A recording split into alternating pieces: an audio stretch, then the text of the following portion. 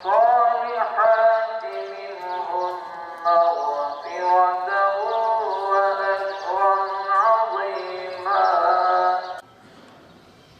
بسم الله الرحمن الرحيم.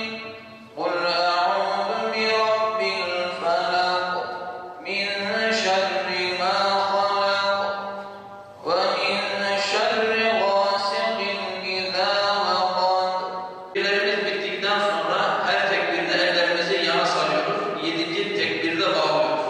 Her tekbir arası bekliyoruz. Tekbirlerimiz bittikten sonra ellerimiz bağlandı. Fatiha, Zamm-ı Sure, rükû, secde. Allahu Ekber. Bismillahirrahmanirrahim. Elhamdülillahi Rabbil alemin. Errahmanirrahim. Maliki yevmiddin. Allahu Ekber, Allahu Ekber, Allahu Ekber. La ilahe illallah, Allahu Ekber. Allahu Ekber ve lillahil hamd. Allahu Ekber, Allahu Ekber, Allahu Ekber. La ilahe illallah, Allahu Ekber. Allahu Ekber ve lillahil hamd. Mescid-i Aksa'ya ve Filistinli kardeşlerimize karşı azgın ve zorba bir topluluğun barbarca saldırılarına şahit oluyoruz. Bu bayram hüzünlüyüz.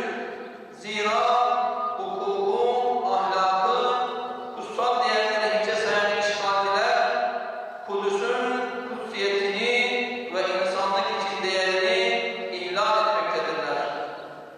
Çocuk, yaşlı, kadın demeden masum canları şehit etmekte, Müslümanların Kudüs'e giriş ve çıkışlarını, Mescid-i Aksa'da ibadet etme hürriyetlerini engellemektedirler. Halbuki Rabbimizin buyruğu son derece açıktır. Allah'ın mescitlerinde onun adının anılmasına engel olan ve onların harap olması için çalışanların daha zalim kim olabilir? Aslında bunların onlara ancak korka korka girmeleri gerekir. Böyleleri için dünyada zillet, ahirette ise büyük azap vardır. Değerli Müslümanlar, insanlığın en köklü mirasına şahitlik eden Kudüs bir İslam yurdudur. İslam'ın ilk kıblesi olan Mescid-i Aksa Müslümanlara aittir. Kudüs meselesi sadece Filistinlilerin değil, bütün Müslümanların ortak meselesidir. Dün olduğu gibi bugün de desteğimiz ve duamız Filistinli kardeşlerimizin yanındadır. Yüce Rabbim bu bayram sabahının hürmetine bütün mazlumlara, evlerinden ve yurtlarından çıkarılmış mağdurlara kurtuluş nasip eylesin. Ümmet bilincimizi ve iman kardeşliğimizi pekiştirmeyi de bizlere nasip eylesin. Kudüs, Mescid-i Aksa ve işgal altındaki bütün İslam beldelerinin özgün ve kutlayacağı gerçek bayramlara bizleri kavuştursun.